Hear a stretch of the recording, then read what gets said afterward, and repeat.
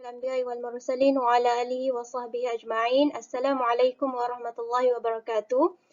Okey, hari ini kita akan belajar Akhlak Kafah tahun 5. Okey, tajuk yang pertama mengenai adab ketika bekerja. Okey, tajuk yang pertama mengenai adab ketika bekerja. Okey. Okey, antara objektif yang ingin kita capai melalui tajuk di atas, okey, objektif yang pertama adalah kita nak menyatakan contoh-contoh pekerjaan yang halal dan haram. Kita dapat kategorikan yang mana pekerjaan yang halal dan mana pekerjaan yang haram.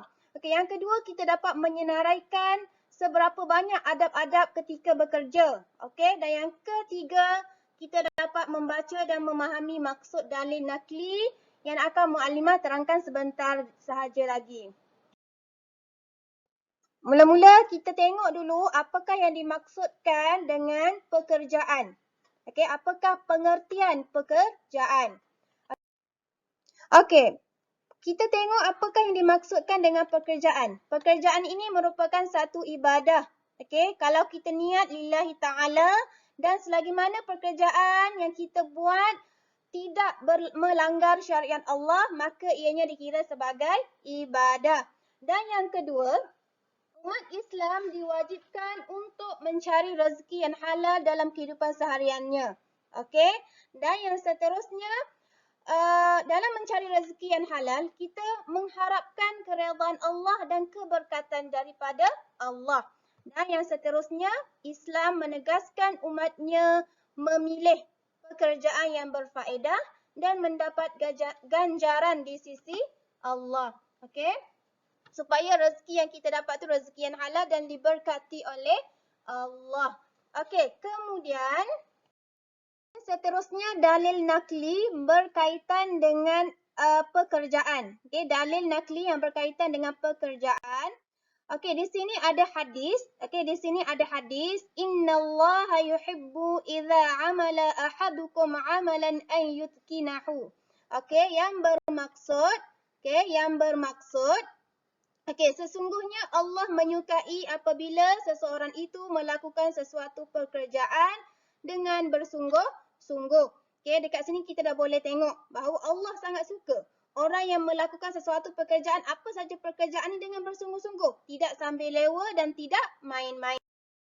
Okey, seterusnya contoh-contoh pekerjaan yang halal di sisi Islam. Ini contoh, sebenarnya banyak sangat pekerjaan yang halal di sisi Islam. Okey, Muallimah berikan beberapa contoh di sini. Okey, antara contoh pekerjaan yang halal di sisi Islam, yang pertama, bomba. Okey, pekerjaan sebagai seorang bomba sangat mulia pekerjaannya sebab apa? Dia sentiasa menolong orang yang dalam kesusahan, kebakaran, kan? Yang kedua, ini yang selalu kita sebut sekarang ni, kan? Food Panda, kan? Yang hantar makanan, pesanan makanan dekat sesiapa yang pesan, yang order.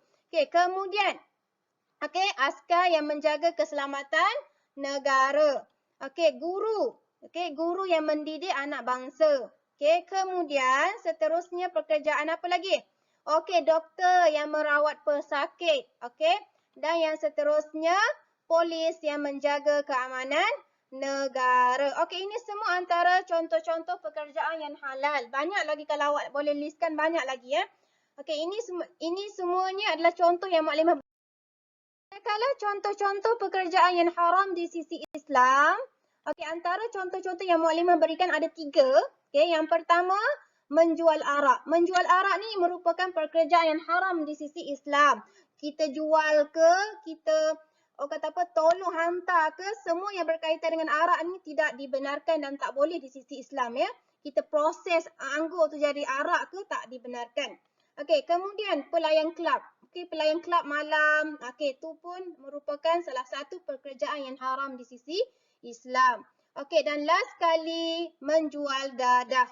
Okey, last sekali menjual dadah. Menjual dadah ni pun merupakan pekerjaan yang haram juga. Okey. Okey, ini merupakan contoh-contoh pekerjaan yang haram. Banyak lagi tapi Muklimah cuma listkan 3.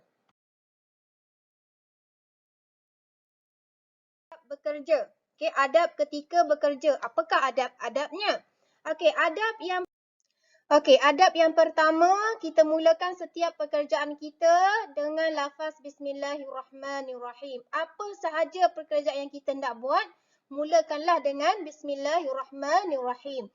Okey, dan adab yang kedua, menutup aurat dan berpakaian kemas. Okey, perlunya menutup aurat dengan baik dan berpakaian kemas mengikut etika pemakaian yang telah ditetapkan. Okey, yang seterusnya berdisiplin. Okey, berdisiplin dalam bekerja, tidak curi masa, tidak curi tulang. Okey, kemudian menepati masa yang telah ditetapkan. Jika kita perlu datang kerja pada jam 8 pagi, maka pada jam 8 pagi kita dah ada dekat pejabat. Okey? Okey, adab ketika bekerja seterusnya, sentiasa amanah dalam menguruskan kerja. Kita hendaklah amanah dengan apa sahaja tanggungjawab yang diberikan kepada kita. Okey, jangan sesekali kita abaikan amanah tersebut sehingga menyebabkan berlakunya masalah dalam pekerjaan kita.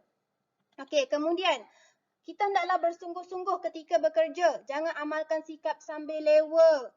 Dan kita mesti patuhi setiap arahan ataupun peraturan yang telah dikeluarkan. Okey. Kemudian, apa sahaja arahan yang ketua kita minta kita buat, kita kena ikhlas dan redha. Walaupun pekerjaan tersebut ataupun arahan tersebut sesuatu yang berat bagi kita. Okey. Dan kemudian, apa sahaja masalah yang timbul dalam pekerjaan kita, kita hendaklah saling bantu-membantu untuk mewujudkan keputusan yang baik. Okey, dan last sekali, pekerjaan kita macam mana sekalipun, jangan abaikan ibadah wajib. Okey, solat kita jangan abaikan. Seterusnya, kepentingan adab ketika bekerja. Kepentingan adab ketika... Okey, yang pertama, berusaha meningkatkan prestasi ke arah yang lebih baik. Dan yang kedua, kita akan menyiapkan kerja mengikut jadual yang telah ditetapkan. Kita tidak akan amalkan sikap suka bertangguh. Okey, dan yang seterusnya, produk yang kita hasilkan pun berkualiti. Dan yang seterusnya, kita akan mendapat rezeki yang diberkati dan kurangnya masalah dalam pekerjaan kita. Okey, maklumat rasa cukup sampai di sini dahulu. Okey. Nanti kita akan sambung pada sesi kelas yang berikutnya. Assalamualaikum. Jangan lupa untuk ulang kaji dan buat aktiviti dalam buku Kafa.